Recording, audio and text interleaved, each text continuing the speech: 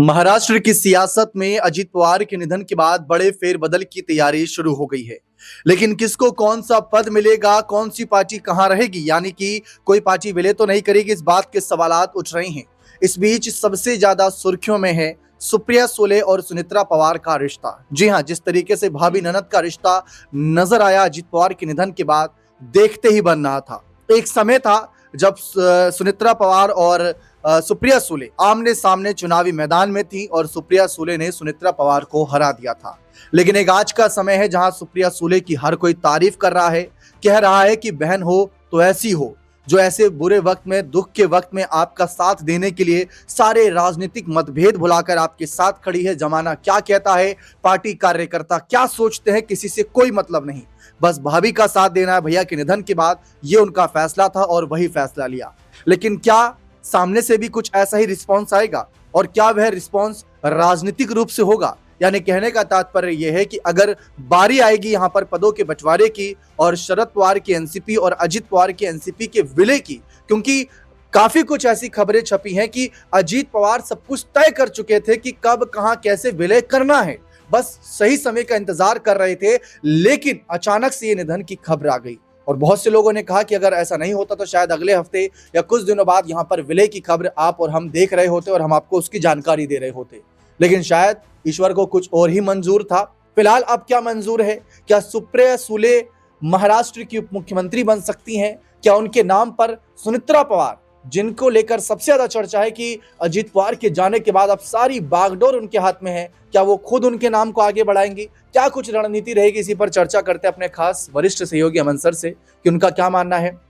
Sir, तस्वीरें आपने देखी होंगी सुनेत्रा और सुप्रिया की, भावुक करने वाली तस्वीरें थी, पारिवारिक तस्वीरें थी। कहा तो यही जाता है कि राजनीतिक रिश्ते अलग होते हैं, पारिवारिक रिश्ते अपनी जगह होते हैं, और उसका बहुत अच्छी मिसाल सुप्रिया सुले ने दी। तो अब क्या ये राजनीतिक तौर पर भी दिखेगा, ये सिर्फ यहीं तक सीमित था? देखिए दीपक, बिल्कुल आपने कहा कि राजनीतिक जो रिश्ते होते हैं वो अपनी जगह होते हैं, लेकिन जो परिवार होता है ऐसी दुख की घड़ी में वो एकजुट होना उनका अनिवार्य हो जाता है और होना भी चाहिए, क्योंकि देखिए एक दूसरे को संभालना वो परिवार से बेहतर कोई नहीं कर सकता। और यहाँ पर जिस तरह का जिक्र आपने किया, सुप्रिया सुले ने जिस अंदाज में अपनी कह सकते हैं भाभी को संभाला, वो अपने आप में चर्चा का विषय बन रहा है, क्योंकि यही कह सकते हैं कि सुनेत्रा पवार और सुप्रिया सुले थी जो 2024 में आमने सामने थी बारामती की लोकसभा सीट के ऊपर। लेकिन वो एक राजनीतिक लड़ाई थी और वो राजनीतिक लड़ाई जो थी वो चुनाव के साथ ही खत्म हो गई। ये अब इस वक्त देखने को मिला जब अजीत दादा का निधन हुआ, उसके बाद किस तरह से उन्होंने अपनी भाभी यानी सुनेत्रा पवार को संभाला। हर कोई ये बात कह रहा है कि देखिए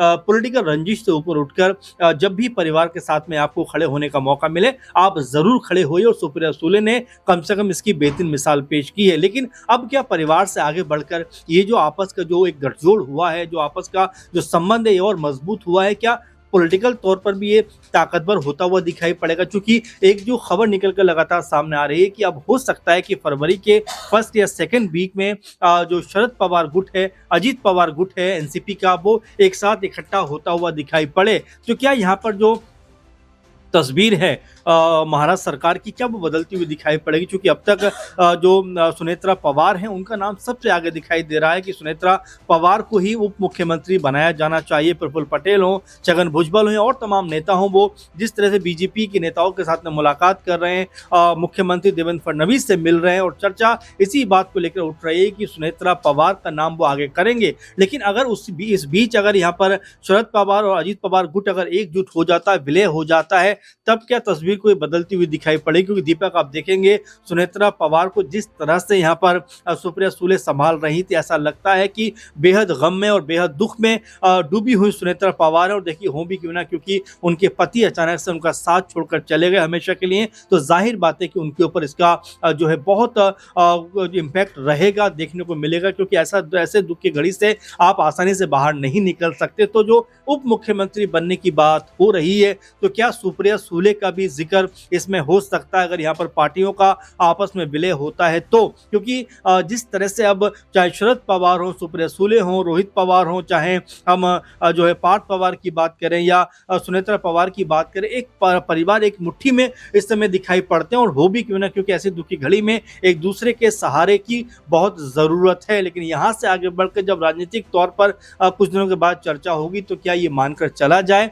कि जो दोनों गुट हैं अब एक के बाद फिर से एनसीपी का रूप लेती हुई दिखाई पड़ेंगे। ऐसा होता है तो फिर उप मुख्यमंत्री क्या सुप्रिया सुले बनेंगी, इन तमाम चीजों को लेकर चर्चाएं चलती हुई दिखाई पड़ रही जी, हैं। बिल्कुल साफ है। लेकिन जो एक संगठन पर पकड़ की बात कही जाती है, वो देखा जाए तो शरद पवार के बाद एनसीपी में अजीत पवार के साथ साथ सुप्रिया सुले ने भी बहुत अच्छी तरीके से जिम्मेदारी अदा करी थी।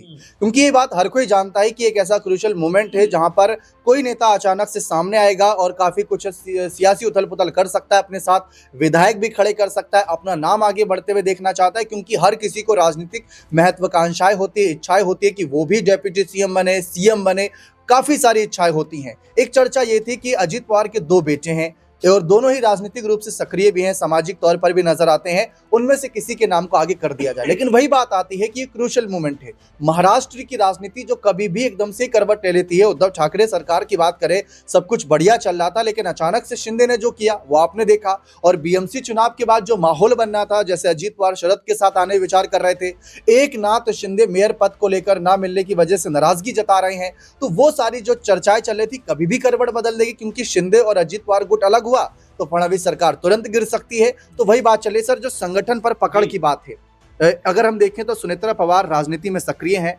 राज्यसभा सांसद है, बड़ा पद होता है वो भी, उस पद से इस्तीफा देकर उप मुख्यमंत्री पद पर आना, शायद ये फैसला सही रहेगा या नहीं, आपको कैसा लगता है? देखिए बिल्कुल अभी इसमें लेकर बहुत सारी बातें चल रही हैं, क्योंकि अभी स्पष्ट नहीं है कि कौन सा चेहरा सबसे आगे अजीत पवार गुट से बढ़ता हुआ दिखाई देगा। क्या वो सुनेत्रा पवार ही होंगी, या फिर ये भी कहा जा रहा है कि पार्टी के अंदर ऐसी गुटबाजी भी अभी से दिखाई पड़ती है, जहां पर कई नेता ये भी कहते हुए नजर आते हैं कि भाई प्रफुल्ल पटेल के नाम पर विचार विमर्श होना चाहिए। एक धड़ा ये भी कहता है कि जो बेटे हैं पार्थ पवार, उनको आगे बढ़ाया जाना चाहिए। तो ये तमाम तरह की बातें जो इस समय महाराष्ट्र की राजनीति में चल रही है, खासकर अजीत पवार गुट है, उनके अंदर 40-41 जो विधायक है वो अलग अलग बात को कर रखते हुए और कहते हुए दिखाई पड़ते हैं। क्योंकि देखिए अब तक उनकी अगुवाई अजीत पवार कर रहे थे, लेकिन अब अजीत दादा जिस तरह से दुनिया से गए हैं, उसके बाद अब इस पार्टी का किस तरह से कह सकते हैं दिशा और दशा तय होने वाली, ये अपने आप में देखना दिलचस्प होता हुआ दिखाई पड़ने वाला है। क्योंकि यहाँ पर क्या सुनेत्रा पवार की अगुवाई में ये पार्टी आगे बढ़ेगी, या प्रफुल्ल पटेल इस पार्टी की अगुवाई करेंगे,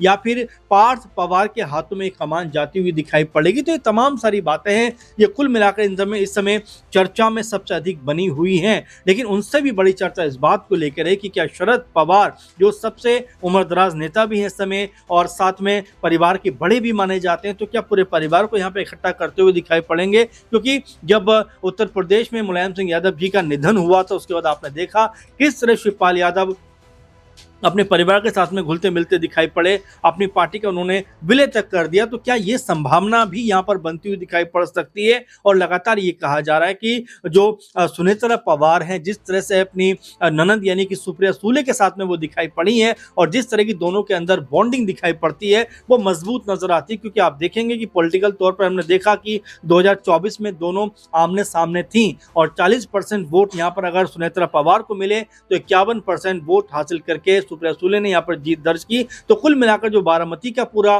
कह सकते हैं लोकसभा क्षेत्र है या विधानसभा क्षेत्र है, वहां पर पवार परिवार का तगड़ा दबदबा दिखाई पड़ता है। और अगर यहाँ पर सुप्रिया सुले जो अभी सांसद हैं, अगर उनके नाम पर विचार होता है उप मुख्यमंत्री पद के लिए, और पार्टी अगर विलय होता है, तो जाहिर बात है कि महाराष्ट्र की जो राजनीति है वहां पर एक नए सूरज का उदय होता हुआ दिखाई पड़ेगा। जहां पर दो कह सकते हैं पार्टियां जब एक पार्टी से बनी थी, एक बार फिर विलय होंगी, और यहाँ पर हो सकता है सुप्रिया सुले के नाम पर मोहर लगती हुई दिखाई पड़ जाए। जी बिल्कुल साफ है। मैं आपको एक एग्जांपल देना चाहूंगा उत्तर प्रदेश की राजनीति से। जब मुलायम सिंह यादव का निधन हुआ था तो शिवपाल की एक अलग पार्टी हुआ करती थी, प्रगतिशील समाजवादी पार्टी, और दूसरी तरफ अखिलेश जिस पार्टी का नेतृत्व कर रहे थे वह थी समाजवादी पार्टी। लेकिन मुलायम सिंह यादव के निधन के बाद सपा और प्रसपा दोनों का विलय हो गया। यह फैसला चाचा शिवपाल ने लिया। वो अपने बेटे साथ यहाँ पर कह सकते हैं उत्तर प्रदेश की राजनीति में सपा के साथ शामिल हो गए। और आज गौर करने वाली बात यह है कि शिवपाल के बेटे आदित्य यादव सांसद हैं, शिवपाल विधायक हैं, और विधानसभा में उनका एक मजबूत कद है। तो वो जो परिवार की ताकत है वो चीख चीख कर गवाही दे रही कि कितनी मजबूत है।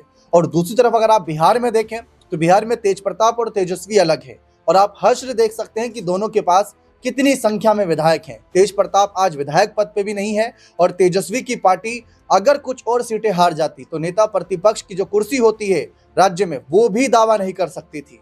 तो परिवार की बात आई है तो महाराष्ट्र में ये समझना होगा समीकरण, अगर परिवार से ही कोई चेहरा आए तो सुप्रिया सुले एक दावेदार हो सकती हैं, सुनेत्रा पवार भी नो डाउट अच्छी चेहरे हैं और संगठन पर जरूर अजीत के साथ उन्होंने बहुत अच्छी पकड़ पहले भी देखी होगी, उनको काम करते देखा है, समझ है। तो फिलहाल ये सब कुछ फैसला निर्भर करता है पार्टी नेतृत्व पर कि वो फैसला क्या लेते हैं, और अगर आज फैसला नहीं होता है तो भविष्य में ये मानकर चलिए कि जब भी चुनाव होगा तो जो जंग होगी सामने शरद पवार होंगे, चाणक्य नेता, और अजीत पवार अब नहीं है तो उनके बाद क्या कोई वैसी बागडोर संभाल पाएगा जो पार्टी को इतना बड़ा नंबर ला के दे दे, ये भी गौर करने वाली बात होगी। बने रहे चैनल के साथ, बहुत बहुत शुक्रिया।